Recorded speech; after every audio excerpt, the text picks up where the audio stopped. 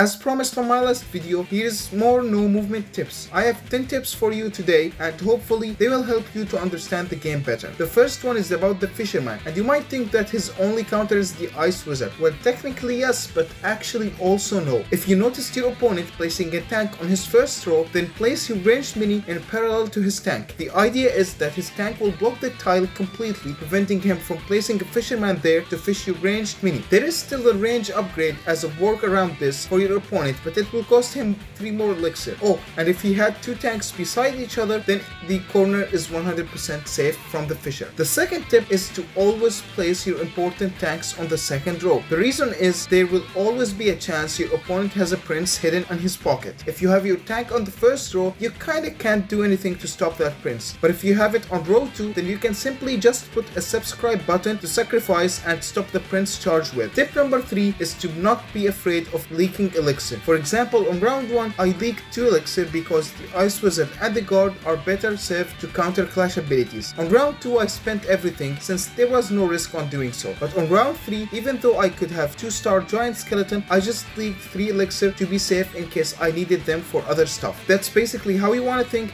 since elixir is not as valuable of a resource as it used to be before this update. For tip number 4, make sure to always keep an empty spot beside an important mini. That allows you to have the flexibility to place an ice whiz beside it to counter any other clash ability that will get thrown on it. Keeping both minis beside each other will just make it so you can only ice block one of them at a time. For tip number 5, if they have a miner and you're out of tanks to catch him, then ice block your main DPS so he would be frozen until the miner pops out. That makes it so the DPS will lock on the miner to take him out before focusing on the enemy front lines. For tip number 6, if there are some upgrades that you know you definitely need, then do prioritize them over new minis. Since you know for sure you need those upgrades, placing them early on means you get to not leak a lot of elixir while giving you more time to think of best positions for the rest of the minis. Before the no movement, having more minis on the board was generally better, since placing a golden giant and a giant skeleton gives you a sum of 45 HP, but placing 1-star giant skeleton will just give you 20 HP. But now that you can't move your minis, the strategic placement is worth more than the extra HP you get from having more units. For tip number 7, imagine throwing something with the Wave Master and it ends up getting horrendously slaughtered. Well,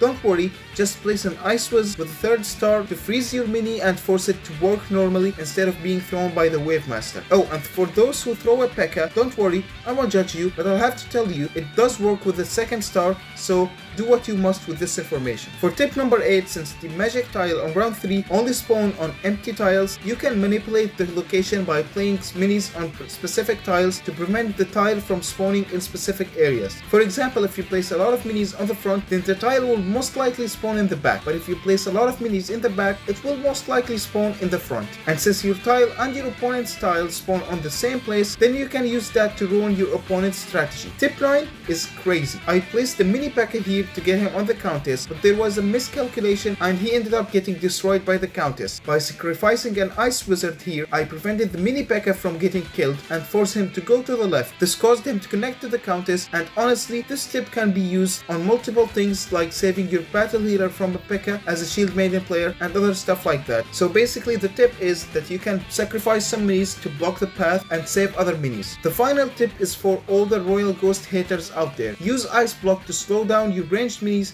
so they don't walk up to the royal ghost, which will save you in many cases. Looks like Ice Wiz is the MVP of this update, my dude.